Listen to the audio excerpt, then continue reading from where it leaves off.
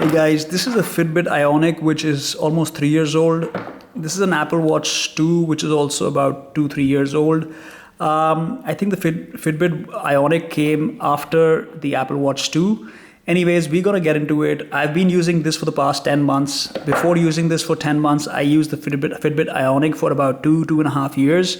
So I'm very well equipped with both of these. Now, my primary reason for wearing one of these is I realize I end up walking more when I have a Fitbit band or an Apple Watch on my wrist. So let me tell you, in terms of battery, Fitbit Ionic still carries a 3 or 4 day battery. The Apple Watch will last you for about 24 hours.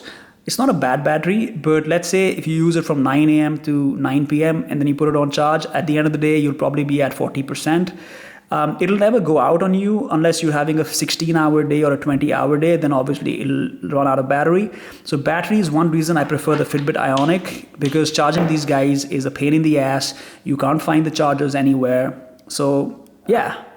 Second reason I prefer the Fitbit Ionic is because I like the application and the fitness tracking of the Ionic more, because the Fitbit is definitely for fitness per se. Also, I find myself to be more active with the Fitbit. So that's two reasons. Fitness being second, the application of the Fitbit is better than the Apple Watch fitness app. Number three, in terms of pure aesthetics and how these guys look, I say the Apple Watch is much cleaner and better looking. The screen can do wonders. The multi-touch gestures, everything is done with a great intention and a lot of teamwork at hand. You can say about 1 million researchers worked on this, whereas about 10,000 worked on this. So you get to know the difference. This is fairly basic. It's not bad, but it's just a bit sluggish in comparison to the Apple Watch 2. So in terms of design and interface, I would have to give it to the Apple Watch 2. Can I talk on the Fitbit? No. Can I talk on the Apple Watch Series 2? Yes, I can, but I'll barely be able to hear the other person. If I get a call, this will notify me about it. This will also notify me about it. Can I use WhatsApp on this and send messages? Yes. Can I read messages? Yes. Can I use iMessage with this? Yes. Which has a louder speaker? Frankly, I haven't used the speaker I don't think a Fitbit Ionic comes with a speaker. Whereas on the Apple Watch, I would say the speaker is very low, nothing much to write home about. Controlling multimedia on this is not a lot of fun, so it's a fail on that aspect. Overall, I like the Fitbit more purely because of the better battery life. The fact that it's held up pretty well despite being used for almost 3 years.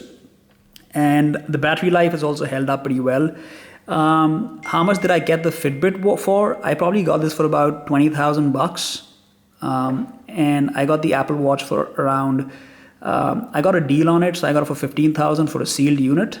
So if you're in the market and you want to spend $15,000 to $20,000, I would say you can go with either one of these, because Fitbit Ionic hasn't released a new update on it. There's been no real update on the Fitbit Ionic front. Like, they had Fitbit Sense now, but that cost $27,000. That's also a good offering if you're looking to get something which will last you for the next 2-3 years. In terms of pure looks alone, the Apple Watch wins. In terms of overall performance and egging you on to work out, the Apple Watch wins. In terms of if you just want to find a tracker to lose weight, to get into shape, get the Fitbit, don't even look at the Apple Watch. It'll confuse you a lot. In any case, if you don't have any Android, if you have just an Android phone and you don't have an iPhone, forget about the Apple Watch. You can't even use it. The Fitbit has a good application. Fitbit also has Fitbit Premium membership, which would allow to give you in-depth details of your sleep cycle, which the Apple Watch doesn't do, the Apple Watch 2 doesn't do. The Fitbit app also has a very good community. The Apple Watch has a very poor community or absolutely no community bonding. The Fitbit automatically chooses your contacts, and you probably have 15 or 20 of them who are fairly active. This is quite intelligent and interactive because it's had all my records stored on its servers for the past 3 or 4 years. So I can literally go back to 2017 and see what I weighed on that day and that time.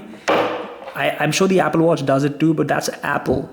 And Fitbit has been doing it for way longer. So somewhere I like that thing about Fitbit. I definitely think it has a head start.